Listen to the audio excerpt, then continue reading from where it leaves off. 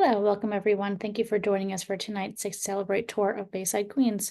We have several Six to Celebrate events coming up. The History and Architecture of Downtown Brooklyn walking tour on October 26th, and two panels on the Garment District, Woven Heritage, Legacy Businesses in the Garment District, that's virtual on November 7th, and From Lost to Living Quarters, Garment District Architecture and Workers Housing, that's in person on November 14th. And we have the Landmarks Lion Gala honoring Michael Hiller on October 29th. Information about all of our upcoming programming can be found on our website, hdc.org. If you have any questions about programming, you can contact me at marbulu@hdc.org. Tonight's class will be recorded and posted to our YouTube channel for free viewing. You may also watch all of our previous Preservation School classes, virtual tours, and conference panels on our YouTube channel. I would like to thank the New York State Department of Cultural Affairs, City Council, and the New York State Council of the Arts for supporting Six to Celebrate. If you have any questions, you can add them to the chat, and Bob will address them at the end. Now, I'll hand it over to Bob Singleton to lead tonight's class. Thank you. And thank you, Michelle. This is Bob Singleton, Executive Director, Greater Story Historical Society, and it is our privilege to be able to talk to a program Historic Districts Council on the community of Bayside. So let's get started. We're going to talk about the history of the community, its current situation, and some ideas about its future. Bayside has always had a very interesting relationship with the movies. And so I start out with a script from a movie that talks about Bayside. I'm telling you, there's something about Bayside. I don't know what it is, but it's got this energy that produces really interesting results, inspires greatness in people, and inspires mention of its name in more movies than probably any other town except New York City itself. So with that start, folks, welcome to Bayside. A lecture will take you through the history of Bayside from its beginning through its suburban period and then through the modern city and some ideas about its future. So let's get started. This is a map, 1873 map of Flushing Township. It includes everything from Flushing to the current Nassau border and to the south to Jamaica. And you can see the area in a rectangle, the approximate area of the community of Bayside, a suburban retreat throughout most of the 1800s. It's really interesting that the oldest living object in New York City is the Ellie Pond giant tulip tree. It was a seedling in 1675 when Native Americans walked through the forest. There was a small little tree there growing, and it's been there in the same location through today. And arborists believe it probably has another 100 to 200 years of life facing it. And this photo probably gives you the best idea of what Little Neck Bay looked like in its original state. It's probably the late 1800s when this was taken. But as you can see, it's a shoreline, trees, placid water, a fabulous location for farms, fabulous location for fishing, fabulous location for a lot of great things we're going to talk about. There is the oldest geological artifact is Oakland Lake, which is a 15,000-year-old kettle pond. Kettle pond got started when a block of ice sort of melted and was left behind by the glacier. When the ice melted, it left a pond, and that pond eventually opened up to the Long Island Sound and was replenished with fresh water. Kettle ponds were very, very rich in terms of fish, because you had both the salt water and the fresh water. So it was a very, very dynamic place, a really great place for fishing, for damming, and we're going to see this in the next couple of images here. This is a dam at Oakland Lake. What they would do was when the tides would go in and out, they would open up the gates and they would turn grist mills and grind wheat into meal and grind corn into flour. The earliest home in the alley was the Thomas Foster home, dated about some point about 1630s. The house stood probably until the earliest decades of the 20th century, when a photo of it was made on the left side.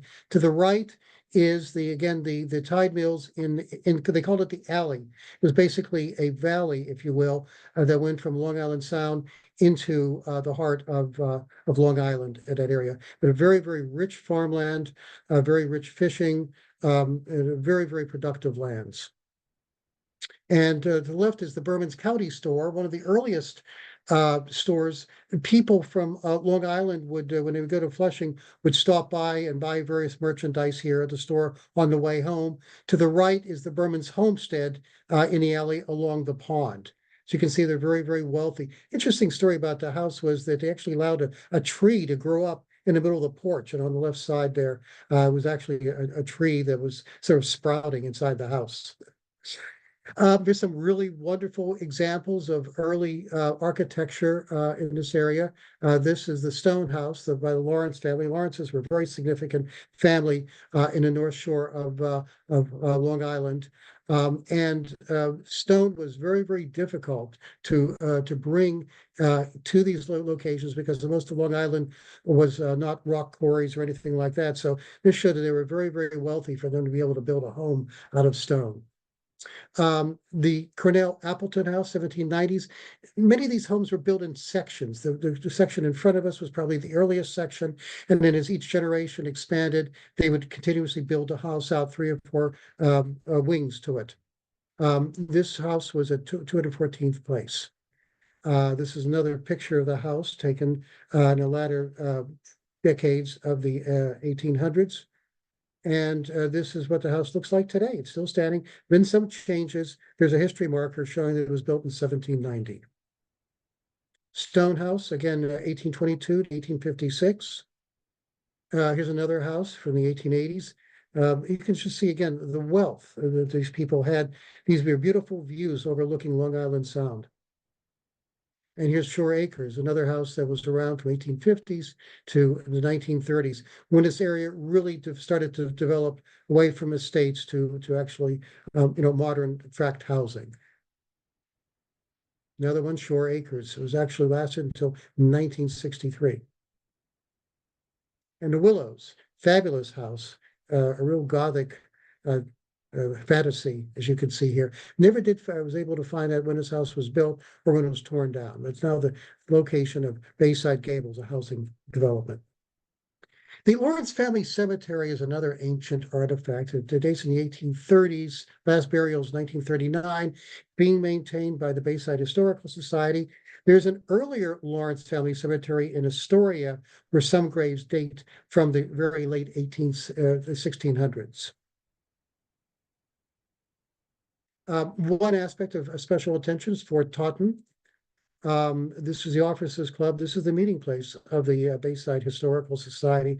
Really fabulous, fabulous building. The barracks, headquarters. There are still some military activities in Fort Taunton, but it's essentially a part of the park system. The fort was never completed. It was actually obsolete before they installed the guns and stuff, and much of the construction of the fort is just where they just left all the blocks and just kind of walked away.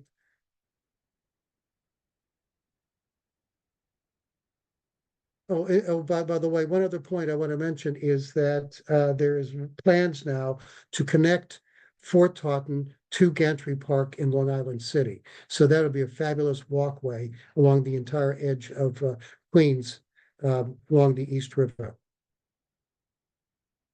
Now we talk about the early years of Bayside, from colonial times to the 1800s, where you had large estates which became wealthy suburbs.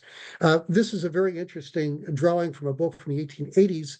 I was never able to actually sit down and figure out exactly which buildings are being represented here, but this gives you a good idea as to what this very wealthy suburb of Flushing and New York City looked like in the mid-1800s. It was a very, very wealthy area with beautiful homes.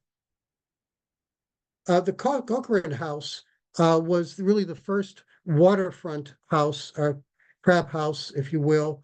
People would come here for events, great clam digging, as you can see, which is now the location is Cochrane Park. The house was torn down in 1900. It had an infamous event there when Boss Tweed ran from the authorities, and he sought hiding in Cochrane House, and actually had a boat come to pick him up, and he escaped from the authorities. They eventually did catch up with him and brought him back to justice. But Cochrane House really never lived down that sort of reputation. And by 1900, it was torn down for development. Now we have a series of postcards of pictures. Never really was sat down and figured out exactly which images we're looking at here. This is 29th Avenue, Bradish Avenue, but it gives you a really nice sense as to what this community looked like in the closing decades of the 1800s, before development, before it became a suburb. It was a very, very wealthy community with really beautiful, nice-sized homes built. There's another view of it. There's a dirt streets there, by the way. We did manage to get one picture and compare it to a modern quarter. There's another picture of these new houses just built. Before we get to that other picture, I want to talk about one house has become a landmark house, the Ahles house, John and Lydia Ahles, 1873. Second Empire style, you can tell by the roof lines, which was characterized by the Second Empire for about 10 years in the 1870s or so. The history of architecture, and it has become designated a landmark building in 2016. And this is some of the information. You can come back later and read some of the details of the Landmarks Commission's review and designation of this building. Beautiful building. This is a really interesting picture of the heart of the Bell Boulevard, which was the main commercial street, named after the Bell family. And in front of you are the railroad tracks, the Long Island Railroad. So this was the heart of the community throughout most of the 19th century. And you can see carriages and maybe a few early cars in this picture. But development was certainly in the cards in the early decades, later decades of the 1800s, early decades of the 20th century. The area became ripe for development, and you started seeing pictures like this, where lots were being divided up, housing models were being offered, and the area evolved from a wealthy enclave of millionaires to a very, very well-positioned suburban community. And there you can see the auction lots there, 1924, 70% on mortgage. And these again are areas that are being developed into, which you see the pictures on the top. And the bottom is a country club showing you some of the local amenities of the area. There's some interesting stories from some of the homes. One of them was a mansion called Hillbright, the home of Frederick Storm. Frederick Storm made cigars. And there was a story that one day an owl flew into his house, into his mansion. And when he chased it out, he said, you know what? He says, this will make a really great idea for a cigar brand, the White Owl. And that's where the White Owl cigars, the concept initially came. And some people also said, if you take a look at this tower here on the house, they said it looks very much like it was built to, display a architectural cigar. The company, Straighten and Storm Cigar Company, was around until the early decades of the 20th century, when it started merging into the American Cigar Company. It was called, for a period of time, actually, the White Owl cigars too. This building lasted until the 1990s. Beautiful, beautiful building. And it looked pretty good. And, as late as the 70s, there are pictures of it. There was a restaurant on the first floor. It looked like it was in pretty good shape, but unfortunately it was torn down in 1990. All Saints Church has Tiffany windows. Now, Tiffany was a firm in Queens. So there was really, I think, pretty easy for the Tiffany company to come out to this church with when they had a contract to measure it and to put together the perfect setting of windows for the church to enhance it. And beautiful Tiffany glass windows are absolutely extraordinary. There's been exhibits of the Tiffany glass in various museums from time to time. And if you ever have an opportunity to see an exhibit of Tiffany glass, you will certainly understand, but just by looking at the beautiful light that goes through these items, why this is such a treasured, um, you know, glass. That's and if you have a chance to go to the church, it must be beautiful on the days when the sun's shining, going through the Tiffany glass within the church. Bayside Yacht Club lasted until 1993. As the area started to change, the yacht community, yachting community went further out Long Island, but also something else happened too to the area, and that was the highway that was brought in. Let me see if I've got a picture of it here. No, when they brought in the expressways, which completely cut off Bayside from the waterfront, and that was a big game changer for the community. Bayside had a very interesting part of its history that most people are not aware of, and that Bayside was actually Hollywood before it was Hollywood. There were a number of very famous celebrities in the early decades of the 20th century who lived in Bayside. It was very convenient to the city with the railroad going through the area. The earliest was Jim Corbett, who was a boxer and was considered to be the world's first professional boxer. He was really the person that took boxing from a slugfest to an art. And this is his home. And as you can see, his home is still standing to this day. Beautiful Queen Anne house. And on the right is a plaque in front of it, the Bayside Historical Society. Vita Berra, the vamp, the famous vamp. She was one of the first dynamic women roles in silent movies. And this is the film that made her famous, The Vampire, as you can see on the right. And this was her house at 43rd Avenue, still standing. Pearl White was a stunt queen, if you will, one of the first women actors to really go out and do tricks in the film that were usually done by men, and she was very, very good in terms of creating some new dynamic roles for women. And she married John Golden, and this was their house. When they decided to move on in the 1930s, the city took over the house, and I think by the 40s or 50s, it was torn down as part of Kosher Park. Gloria Swanson's house. Gloria was nominated 3 times for Best Actress, one of them being in the very legendary film Sunset Boulevard. And her house is still standing, and this is it on 40th Avenue. Rudolph Valentino and Fiorello LaGuardia actually lived at the same house at different times, of course. Valentino was the sort of the chic, the Latin lover, if you will. And LaGuardia, of course, was the mayor of New York City, and one of the most colorful people to have that office. And you can still see this house from the Cross Island Parkway, if you know when to look. It's on the right side as you're heading out to Long Island. There have been additions to it. I think it has various uses for it, but the core of the house is still there for all to see.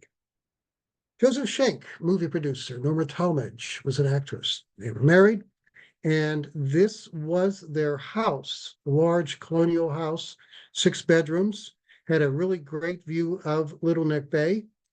And it was here that her sister married Buster Keaton, the actor.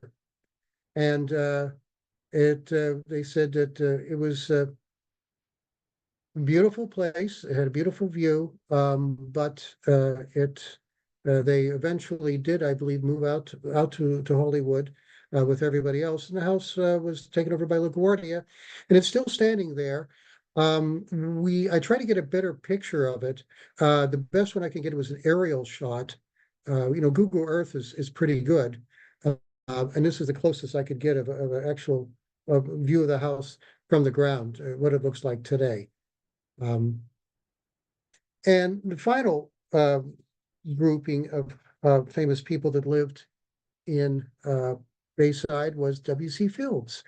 And on the left, he lived what he called a bungalow. And as you can see, it looks a pretty, it's one-story sort of thing. It looked like made out of wood. And over time, that bungalow just got added to and added to. And on the right is what it looks like today. Nothing what it looked like when W.C. Fields lived in it back in the 30s. But it's still standing on 223rd Street. Absolutely amazing stuff. There is a housing complex, the Towers at Beechhurst on Powell's Cove Road. And many of the stars lived in this. They would come to New York for a gig or for a shoot or what have you, and didn't want to buy a house, and would be welcome to this place, which was a hotel for the stars. It was built in 1928, and two interesting acts lived in it. One was Charlie Chaplin on the left, and there is the Marx Brothers on the right. And the building, the Towers at Beechhurst, is still there. And you can drive by it at Powell's Cove Road, 16015 Powell's Cove Road. Now, it's also really interesting that I started really looking into this concept about the actors living in Bay Ridge. I had some knowledge of it, but I had no idea to the degree that there was a big connection between the theater, budding movie studios, and the community Bayside. And I actually discovered that there was something called a Little Broadway colony, they called it, for the New York film and theater stars. And they actually marked it out, 206th Street, Long Island Railroad tracks, Bell Boulevard, and Northern Boulevard. And you can actually, look at that on a map. It's about 4 or 5 blocks wide and about 4 or 5 long blocks, long rectangle. And so I decided to zoom into the area and see what was left from that time. And I came across this real gem here, which was inside the Little Broadway, the colony of New York film and theater stars. So that's a really interesting thing for, I know there's a Bayside Historical Society doing a wonderful thing, but I think it'd be a really great thing for the community to really look into this further and kind of develop this concept, because this is a pretty interesting development of the area. They made a fabulous transition from the wealthy farms to the wealthy suburbs to the theater district. Fabulous change over time.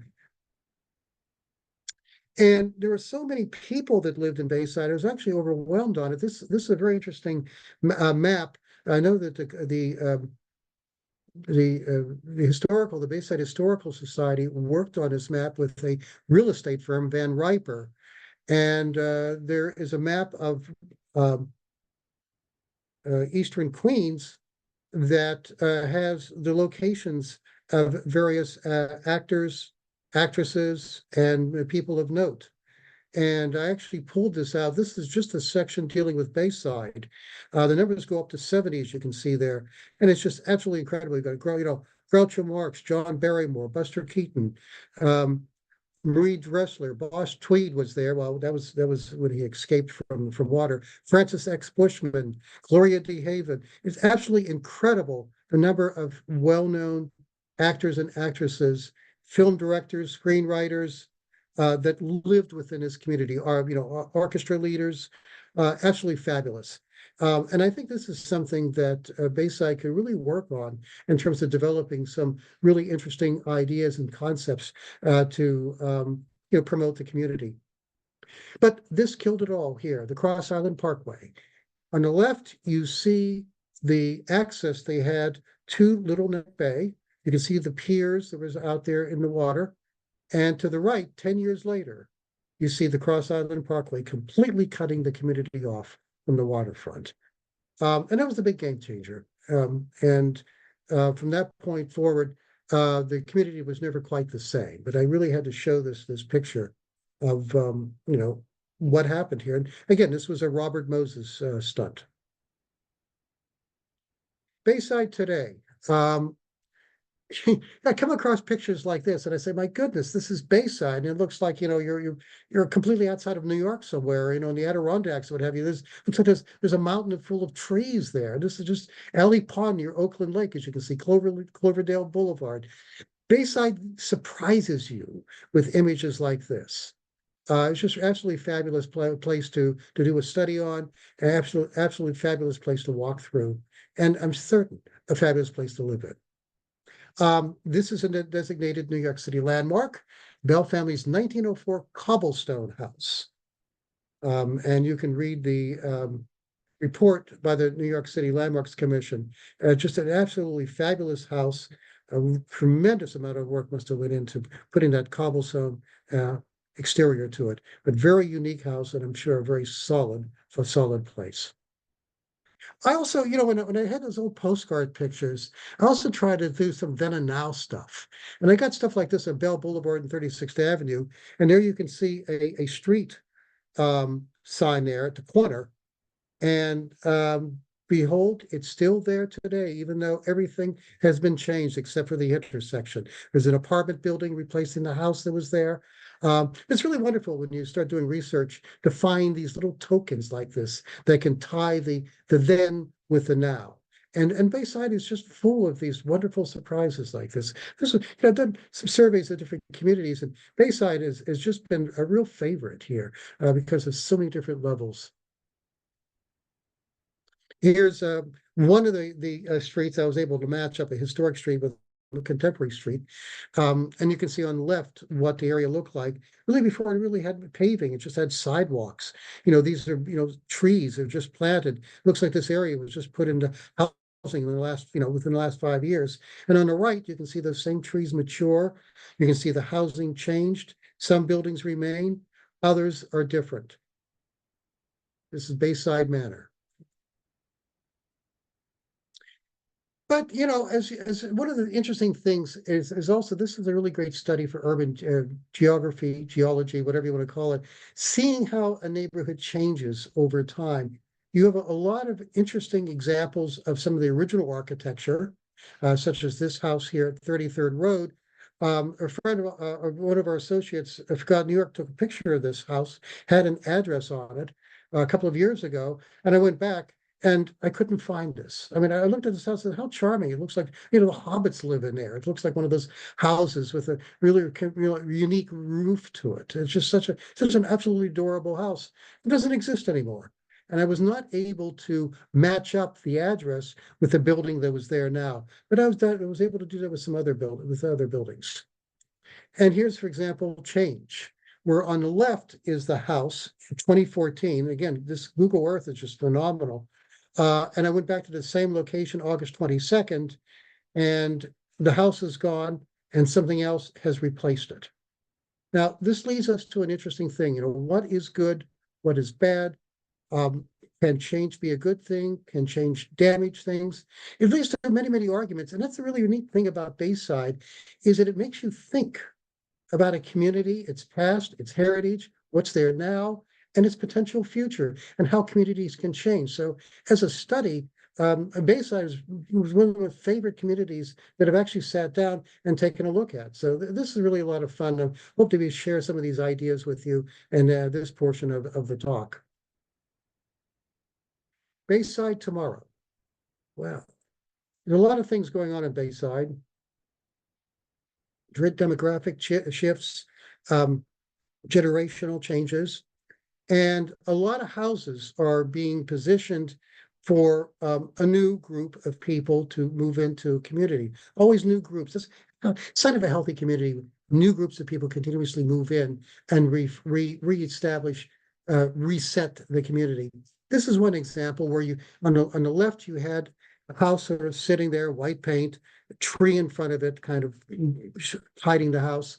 And on the right is a house that a real estate agent said, get rid of the tree, put a nice parking place in the front, and do some rather interesting painting, of colors, what have you. And I think it's kind of a success. I think it's a good paint job. I think it's a great landscaping. You can see the little, seat there on the left side, where you can just go out and just kind of, enjoy the park or enjoy the front of the house. And some places are just stately in their own way, and they just never really change because they always remain a place that's beautiful. And I saw this was a house also recently sold on Bell Boulevard, And the house, I think, looks pretty much, except for maybe the lanterns and what have you, it looks pretty much the way it did when it was first built. The same white paint, maybe the door was brown or what have you, but this is a success. This is a beautiful, beautiful front to a house that anybody would love to be able to say, that's my home, and walk through those doors. A success, an urban success. And then, well, new dimensions of taste, shall we say. People come in and they have new ideas of what they would like to see with their house. They buy the lot, they buy the house that's there, and they come up with some new concepts. Are they good? Are they bad? Are they different? What have you? Only time tells us. But this is, again, an example of a dynamic neighborhood. And this is a really great example. There are two houses look pretty much the same. And there you see the old and new on 33rd Road. On the left was the house probably built 1910, 1930 or so. And on the right is the house that was built within the last 10 years. Is it an interesting change? Is it a positive change? Is it a negative change? Only time will tell us. Because we always know, those as historians always realize that sometimes people come up with new concepts, they don't fit. Sometimes they do. Sometimes they're immediate reaction. And this is what we need to see when these neighborhoods change and evolve over time. So I've got some interesting concepts here for you to consider in this lecture. For example, you have an entirely new style like this, completely replacing a house, or sort of a relatively nondescript house, for something like this. Is it attractive? Is it interesting? It certainly is different than the previous house, and it certainly inspires discussion and debate. And that's what architecture is. That's the really good thing about the change over time in architecture. Interesting here, new dimensions, Horatio Parkway, 49th Road. Here was obviously a large estate, and it was subdivided into circles. And these are the houses. Now, there are some traditional homes, and there's some, as you can see here, new homes that were built here. So this is a dynamic situation here of a community in a state of change. What will this look like 20, 30, 40 years from now? Should be really interesting. My bet is that this is going to be a very, very positive place because of these changes. I think the tastes will eventually fit, that these will be considered to be very, very attractive homes. But we'll see. One of the best examples of architecture in the area was Lakeside Towers. This was designed by Philip Birnbaum and built by Morton Pickman, a fabulous team for designing and for building. And the New York Times did a review of this apartment building. And it states, basically, the last sentence was, it exceeds just about anything in recent decades. So again, here you have some idea of perhaps a potential future landmark, but certainly a place to be held in high desire. Places like this give Bayside a fabulous future, I think. And I'll sort of finalize this by a nugget where, and again, this is something that I just discovered when I did this research, is that Bayside is still part of the film industry, even after leaving from the area, a century ago. You go to see Wolf of Wall Street, Martin Scorsese film. Where's Leonardo DiCaprio live? He says, oh, I'm from Bayside. Or you see Dennis Quaid in the movie Frequency. Where is it located? Bayside. George Costanza from Seinfeld mentions his family was from Bayside. Robin Williams, Good Morning Vietnam. It's from Bayside in the movie. I could just go on and on. Christopher Walken, they talk about him being from Astoria. Well, this is a surprise for me. No, apparently his family was from Bayside. It seems like an old industry catchphrase is Bayside for catch as an agreeable location is still an industry standard for the films. There were two things I'd like you to consider. First of all, get in touch with Bayside Historical Society, get on their website, check out some of the exhibits, the programs they had. I've been out there a couple of times, and this is a really fabulous organization, drawn from the community, very vibrant, doing really wonderful things for the community. And he wrote this book, and I think this book was very helpful in helping launch me into looking at various dimensions of Bayside. It's the Images of America by Acadia Press, Bayside. I would recommend you to buy the book. It's written by the Bayside Historical Society. And that concludes our lecture on Bayside. A little plug for the Great Historical Society. Our motto, the heights attained through progress, or monuments to toil. And that's from an industrial program that was in Long Island City in 1915. They actually had a monument to the worker of the Queensboro Bridge. Our affiliates, Forgotten New York, AQ Spectra, check them out. Kevin Walsh, Forgotten New York, is the first person, and people consider it still the best blog on New York City. And that's our logo, folks. Open for questions. Thank you. Thank you so much. Does anyone have any questions? You can unmute yourself or put it in the chat, whichever you prefer. Just so everyone, so we have been working with the Bayside Historical Society. They are our partner for Six to Celebrate this year, and we will be doing an in-person walking tour with them in the spring. We are currently planning that, so please do, if you want to go walk around the neighborhood with us, check back. If you want to just go walk around the neighborhood in general, I highly recommend it. It is very cute. It's very walkable. It's very nice. The notable buildings are a bit more spread out as there has been pockets of development, but it's a very nice area. And the Long Island Railroad goes right there as well. I have a question. It was selected for the Six to Celebrate, and I was wondering, maybe Michelle, you can answer this better than Bob. I don't know what his relationship with this is, but I was wondering, like, specifically, are there things they're trying to preserve? Is it the whole community? I mean, what is the target of making it a Six to Celebrate? So we're currently working on a few individuals. There is a possibility for a district, but we're not confident there. So we're working on RFPs for a few individual buildings. I don't remember off the top of my head right now, but Lucy and I are working on that. And then we might try to get a district as well.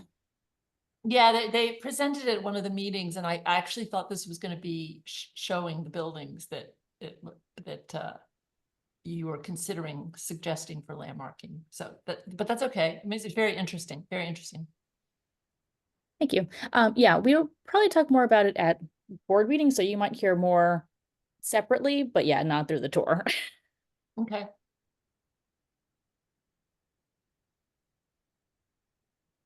Any other questions? So, Bob, do you think that there was a big change in Bayside as it got incorporated into the city of New York? Oh, heavens, yes.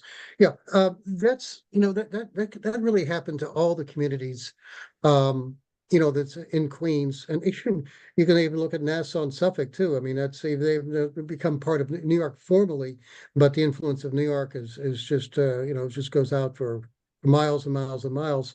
But I think that, and what, I really did a lot of studying of New York City history. Worked with our associate to Forgotten New York, Kevin Walsh, who's the leading urban geography of our time, and we've done a lot of walking through New York over decades.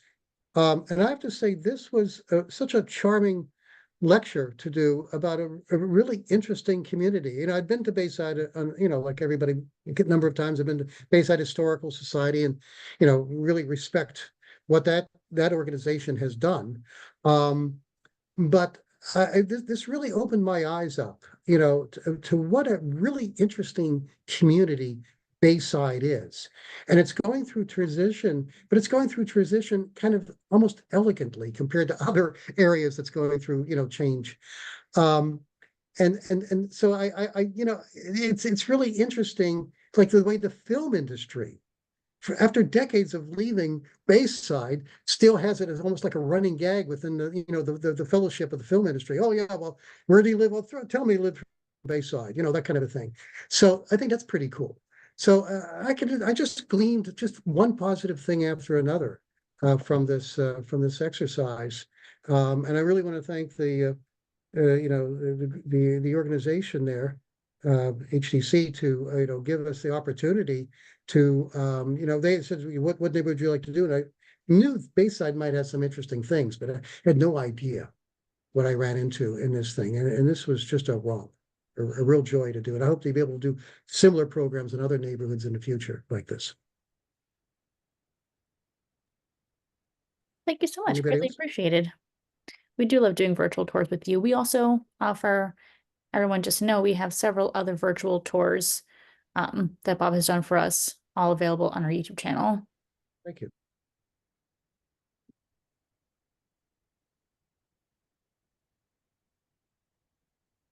Well, I see there are no other questions. We will be announcing soon. We have printed our the 2020 brochures. Sorry, 2022 6 Celebrate brochures. So we have those now. We will be working to get those translated into Spanish as well.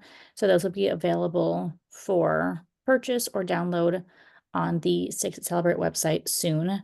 All of the other available brochures, 2020 and previous, are already available for download and purchase on the website. So please do check those out. We will have a brochure of this neighborhood in 2025 or 26 whenever those get finished. Yes, thank you everyone for joining us. Thank you, Bob. you. As I've said, this has been recorded. So if anybody wants to watch it again, it will be available. And yes, we have many other events, so please do check out our website, hdc.org. And have a good night. Thank you. Good night, folks.